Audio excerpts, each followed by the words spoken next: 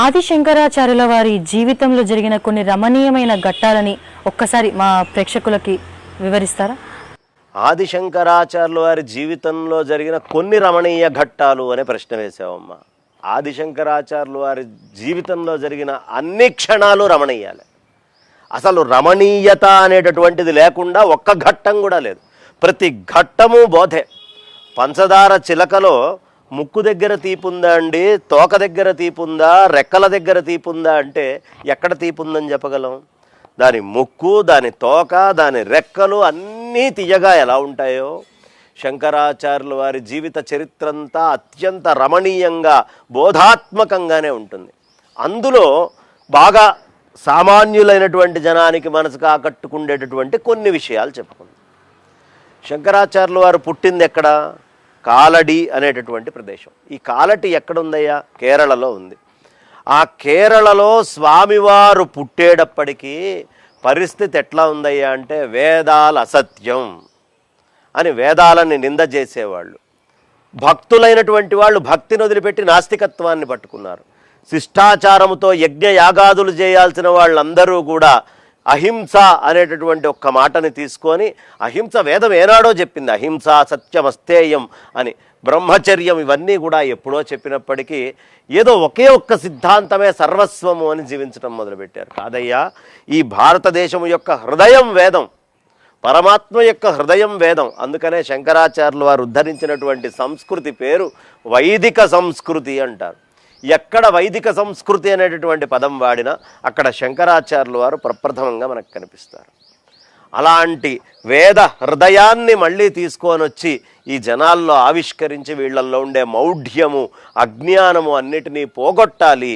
ఆ మౌఢ్యాన్ని తీయడం కోసం ఆదిశంకర భగవత్పాదాచార్యుల వారు సాక్షాత్తు దక్షిణామూర్తే ఆర్యాంబా శివగురువులకి కాలటిలో ఉదయించారు.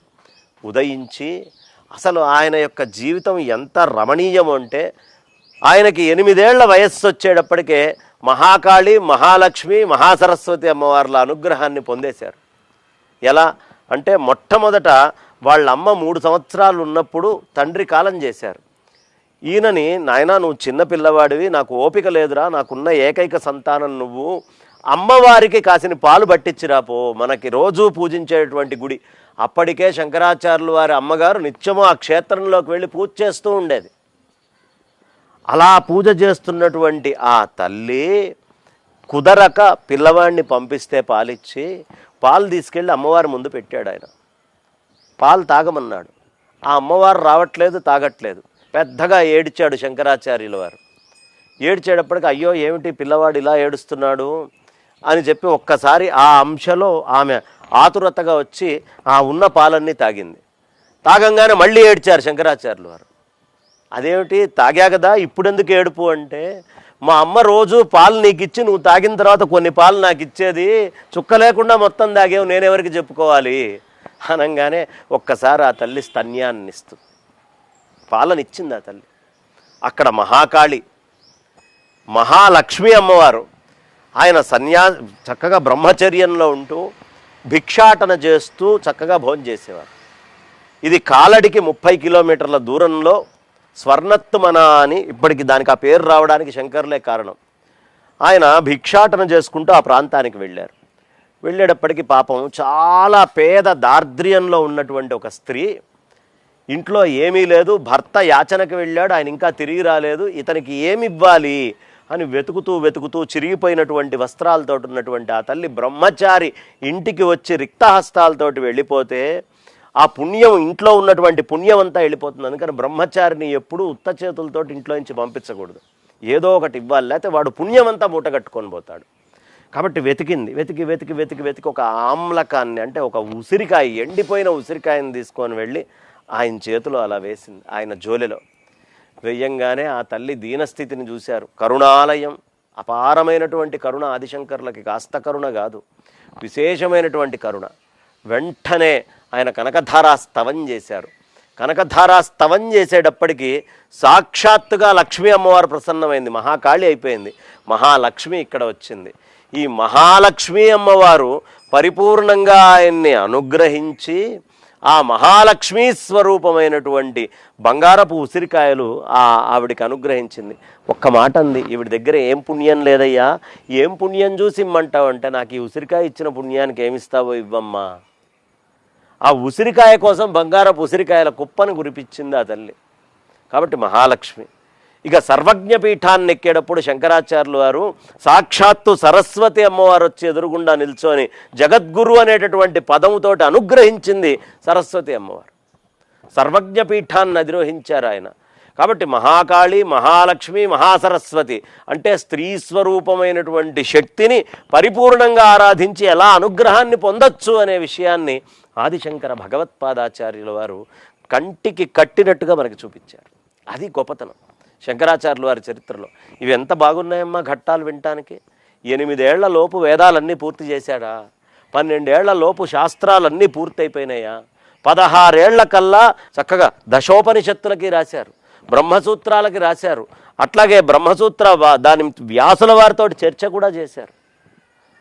అంత అద్భుతమైనటువంటి శృతుల్ని, స్మృతుల్ని, భగవద్గీతాదుల యొక్క భాష్యాన్ని, విష్ణు సహస్రనామం యొక్క భాష్యాన్ని, ఇలా ఎన్ని లలితా త్రిశతి వ్యాఖ్యానం, ఎన్ని భాష్యాలు, ఎన్ని ప్రకరణ గ్రంథాలు, అనేకమమ్మ. ఇంకా అంటే జగద్గురువు అని అంటానికి ఎంత యోగ్యమైనటువంటి పదాలు ఉండాలో అవన్నీ, అంత సాహిత్యాన్ని ఇప్పటిదాకా ఈ భారతదేశంలో శంకర భగవత్పాదాచార్యుల వారు దర్శించి ఈ కలియుగంలో గనక ఆయన ఇవ్వకపోతే భగవద్గీతకి భాష్యాలు లేవు సక్రమమైనవి, బ్రహ్మసూత్రాలకు సక్రమమైన భాష్యం లేదు. కాబట్టి శంకరాచార్యుల వారి యొక్క కృషి అపరిమితం, అసలు చెప్పలేము ఇంత అని. అవన్నీ ఆయన అందించి ఆయన ఇంకా ఏం చేశారు, ఈ భారతదేశాన్ని 4గా విభజించారు. తూర్పు, దక్షిణము, ఉత్తర, పడమర. తూర్పున పూరీ పీఠాన్ని పెట్టారు. 4 వేదాలుగా మనకి, ఒక్కొక్క వేదానికి ఒక్కొక్క పీఠాన్ని పెట్టారు. దక్షిణాన శృంగేరి జగద్గురు మహాసంస్థానాన్ని, అదే మన పశ్చిమంలోకి వెళ్తే ద్వారక, ఉత్తరానికి వస్తే బదరి. అంటే ఇండియాని 4గా విభజించి 4 వేదాలని భారతదేశంలో ప్రతిష్ట చేసి ఆయన 4 పీఠాలు స్థాపించారు. గొప్పతనం చెప్తాను, మనకు చాలామంది ఉద్భవించారుగా ఈ భూమి మీద, బాగా డబ్బున్న వాళ్ళు, రకరకాల వాళ్ళు. ఈ భూమి మీద ఏదైనా అవిచ్ఛిన్నంగా 1200 సంవత్సరాలు ఆగకుండా, ఏమాత్రం బ్రేక్ లేకుండా ఉన్నటువంటి ఆర్గనైజేషన్, అది రాజ్యం కావచ్చు, అది బాగా సంపన్నమైనటువంటి వ్యాపారం కావచ్చు, ఇంకే రంగంలో అయినా, విద్యా వ్యవస్థలో కావచ్చు, ఎక్కడైనా 1200 సంవత్సరాలు అవిచ్ఛిన్నంగా ఉన్న సంస్థ ఏదైనా ఉందా? శంకరాచార్యులు వారు పెట్టినటువంటి శృంగేరి, చతురామ్నాయ పీఠాలు ఏవైతే ఉన్నాయో అవిచ్ఛిన్నంగా 1200 సంవత్సరాల నుంచి ఉన్నాయి. ప్రతి MBA స్టూడెంట్ రీసెర్చ్ చేయాల్సిన విషయం ఇది. ఇంత లాంగ్ లాస్టింగ్గా, ఇంత లాంగ్ స్టాండింగ్గా ఎలా పెట్టగలిగారు ఆదిశంకరాచార్యులు వారు? 1200 సంవత్సరాలు అవిచ్ఛిన్నంగా ఉండడం మాటల. ఈస్ట్ ఇండియా కంపెనీ 200 ఏళ్ళు. మనం ఏది తీసుకున్నా 100, 200, 300 అయిపోయేటప్పటికీ మహామహా సామ్రాజ్యాలు కూలిపోతున్నాయి. చాణక్యుడు పెట్టిన సామ్రాజ్య భిక్ష పోయింది, ఆ విద్యారణ్య స్వామి వారు పెట్టినటువంటి సామ్రాజ్య భిక్ష పోయింది, శివాజీ లాంటి వాళ్ళ సామ్రాజ్యాలు పోయినాయి, ఏవీ ఉండట్లేదు. అలాంటిది శంకర్లు పెట్టింది ఈ రోజుకి అవిచ్ఛిన్నంగా మనం అనుభవించగలుగుతున్నామంటే శంకర్ల యొక్క తపోస్థాయి ఏమిటి, శంకర్ల యొక్క ఆ రచన ఎంత వైభవమైంది. అంత మహత్తరమైన చతురామ్నాయ పీఠ వ్యవస్థ చేసి పెద్దవాళ్ళైనటువంటి వాళ్ళకి అవసరమైనటువంటి బ్రహ్మసూత్రాది వ్యాఖ్యానాలు అవన్నీ కూడా రాస్తూనే సామాన్యులైనటువంటి వాళ్ళు, వీళ్ళు ఏమీ చెయ్యలేరు అని అనుకునేటటువంటి వాళ్ళు, వాళ్ళ కోసం స్తోత్రాలు. ఆ రోజుల్లో ఆడవాళ్ళందరూ శంకర్లు ఇచ్చినటువంటి స్తోత్రాలు హాయిగా ఇళ్లల్లో కూర్చొని ఆనందంగా చదువుకునేవాళ్ళు. పిల్లలు ఆనందంగా ఆయన ఇచ్చిన స్తోత్రాలు. భగవన్ నామాన్ని ఈ భూమి మీద ఎవరైనా చెప్పారు, భగవత్ స్తోత్రాలను ఎవరైనా ఈ భూమి మీద చెప్పారు అంటే అత్యధికంగా చెప్పినటువంటి వారు ఆదిశంకర్లే. అన్ని స్తోత్రాలు ఇంకోవాళ్ళు చెప్పలేదు, అంత భగవన్నామాన్ని బోధించిన వాళ్ళు కూడా లేరు. ఎవరి తరం కాదు. శివుడు తీసుకుంటే శివస్తోత్రాలా, అచ్యుతుణ్ణి తీసుకుంటే అచ్యుత స్తోత్రాల, జగన్నాథుణ్ణి తీసుకుంటే జగన్నాథ స్తోత్రాల, లక్ష్మీ నృసింహస్వామిని తీసుకుంటే లక్ష్మీ నృసింహ స్తోత్రాల, అలాగే అమ్మవార్లు మహాకాళి, మహాలక్ష్మి, మహాసరస్వతి తీసుకుంటే వాళ్ళ స్తోత్రాల, గణపతికి గణపత, రామచంద్రమూర్తికి రామచంద్రమూర్తి, అచ్యుతుడికి అచ్యుతాష్టకమా, కృష్ణయ్యకు సంబంధించినవి కృష్ణయ్యకు సంబంధించినవి ఉన్నాయా? ఏమి వదిలిపెట్టారు? ఆంజనేయ స్వామి వారికి ఆంజనేయ స్వామి వారు, దత్తాత్రేయ స్వామి వారు, ఈ మూర్తి ఆ మూర్తి అని లేకుండా యావత్ భారతదేశాన్ని మొత్తాన్ని కాలి నడకతో 32 సంవత్సరాల్లో మొత్తము సంచారం చేసి 3 సార్లు తిరిగి ప్రతి గుట్ట గుట్ట, ప్రతి పుట్ట పుట్ట, ప్రతి మిట్ట మిట్ట అన్ని ప్రదేశాల్లో ఆదిశంకర్ల యొక్క సంచారము, ఆయన యొక్క విభూతి మనకు కనిపిస్తుంది. ఇంకా ఏ ఆచార్యుడిది ఈ భూమి మీద కనిపించదమ్మా. ఏ ఆచార్యుడైనా సరే కొంత ప్రాంతానికే పరిమితము, ఎలాంటి ఆచార్యుణ్ణి తీసుకున్నా ఈ ప్రాంతానికే ఆయన పరిమితము అని చెప్తారు. ఆదిశంకర భగవత్పాదాచార్యులు వారు మాత్రమే ఒక పక్క నుంచి అన్ని ప్రాంతాల్లో ఉంటూ అన్ని ప్రాంతాలని విభజించి అన్ని చోట్ల వైదిక ధర్మానికి సంబంధించిన అడ్మినిస్ట్రేషన్ ఎలా ఉండాలనే వ్యవస్థ చేసిన ఏకైక ఆచార్యులు 32 ఏళ్లలో ఆదిశంకర భగవత్పాదాచార్యుల వారు మాత్రమే.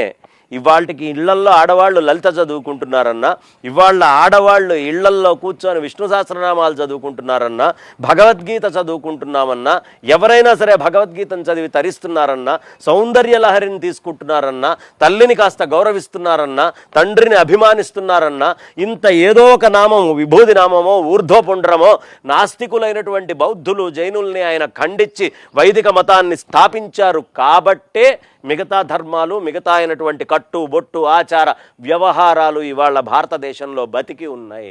దీనికి కేవలమైన కారణం ఆదిశంకర భగవత్పాదాచార్యులు వారే. ఇంకొకళ్ళకి అంత కీర్తి వచ్చే అవకాశం కూడా లేదు. కాబట్టి అంతటి మాహాత్మ్యమైనటువంటి కీర్తి, ఇంత గొప్పతనాన్ని చేసినటువంటి ఆయన యొక్క విగ్రహాన్ని పెట్టుకోవడానికి ఎంత ఆలస్యం చేశామమ్మా మనం? 1200 సంవత్సరాల ఆలస్యమా? మోడీ గారు కారణ జన్ములు అంతే, లేకపోతే అయ్యేటటువంటి అవకాశం లేదు. ఒక తపస్సుగా జీవించేటటువంటి మనిషి కాబట్టి ఆయనకు ఆ మహామనీషికి తెలుసు శంకరాచార్యులు వారి విగ్రహం ఏ స్థాయిలో ఉండాలి అని, అందుకని పెట్టారు. ఇలా శంకర్ల యొక్క జీవిత ఘట్టాల్లో ఎన్ని తీసుకుంటే అన్ని 72 మతాల్ని ఆయన ఖండించి అప్పుడు షణ్మత స్థాపన చేశారు ఆయన. ఆ షణ్మత స్థాపనాచార్య అని, ద్విసప్తతి మతోచ్ఛేత్రే అని ఆ రోజుల్లో భయంకరంగా ఆయన మీద హత్యా ప్రయత్నాలు జరిగినాయి. కాసిన హత్యా ప్రయత్నాల, సావుకి భయపడనటువంటి వారు, శరీరం మీద అభిమానం లేనటువంటి ఆచార్యులు ఎవరైనా ఉంటే ఎక్కడా తను చావుకి భయపడకుండా, పారిపోకుండా, ఎక్కడ పడితే అక్కడికి వెళ్ళి నువ్వు నన్ను చంపుతావా, చంపుకోవయ్యా అని కూర్చున్నటువంటి ఏకైక ఆచార్యుల వారు, చావుకి భయపడకుండా. అలా ఉన్నటువంటి వారు ఆదిశంకర భగవత్పాదాచార్యుల వారు. అలాంటి మహాత్ముడి యొక్క చరిత్ర ఎంత చెప్పుకున్నా తక్కువే. అంత వైభవమైనటువంటి, అంత మహత్తరమైనటువంటి, అంత రమణీయమైనటువంటి, అంత రమ్యమైనటువంటి, అంత దివ్యమైనటువంటి, అంత భవ్యమైనటువంటి, అంత యోగముతోటి కూడినటువంటి చరిత్ర ఇంకోటి లేదు. అందుకనే శంకర సాక్షాత్ అన్నారు. మీకు కాశీ మజిలీ కథలను ఉంటాయి కదమ్మా. కాశీ మజిలీ అంటే అద్భుతం, అసలు ఇంకా ఊహించలేనటువంటి మజిలీలు ఏవైనా ఉంటే దాన్ని రాశారు. అందులో 5వ మజిలీ ఆదిశంకరాచార్యులు వారి జీవిత చరిత్ర. 32 ఏళ్లలో ఈయన ఈ అద్భుతాలు ఎలా చేశాడనేది ఓ మజిలీ కింద రాసుకున్నాడు ఆయన. కాబట్టి అలాంటి మహత్తరమైన, అది సాక్షాత్తు పరమేశ్వరుడు ఉద్భవిస్తే తప్ప 8వ ఏటకి వేదాంగాలు ఏమిటమ్మా? 8 ఏళ్ల వయస్సు ఆయనకి స్వతహాగా ఇస్తే, 16 ఏళ్ల వయస్సు సన్యాసం తీసుకొని వస్తే, మిగతా 16 ఏళ్ళు వ్యాసుల వారు వచ్చి అయ్యా 32 ఏళ్ల జీవితం నీకు ఉండాలి అని చెప్పారు. 32 ఏళ్లలో ఆయన వదిలిపెట్టింది లేదు, అన్నీ చెప్పేశారు. అందుకనే జగద్గురువు అనే సంబోధన చేసేది. అన్నీ చెప్తేనే జగద్గురువు అనేది. ఈ కొన్ని వదిలిపెడితే జగద్గురువు అని ఎందుకంటారు అన్నారు. కాబట్టి జగద్గురు సంబోధన ఆయనకి రావడానికి, ఆయన చరిత్రలో ఉండేటువంటి ఇన్ని వైభవమైన ఘట్టాలు నువ్వు అడిగితే శంకర్ల చరిత్ర ఇంకో 4 రోజులైనా అవిచ్ఛిన్నంగా ఇట్లా చెప్పుకుంటూ వెళ్ళొచ్చు. ఇందులో కొన్ని ముఖ్యమైన ఘట్టాలు ఇవమ్మ.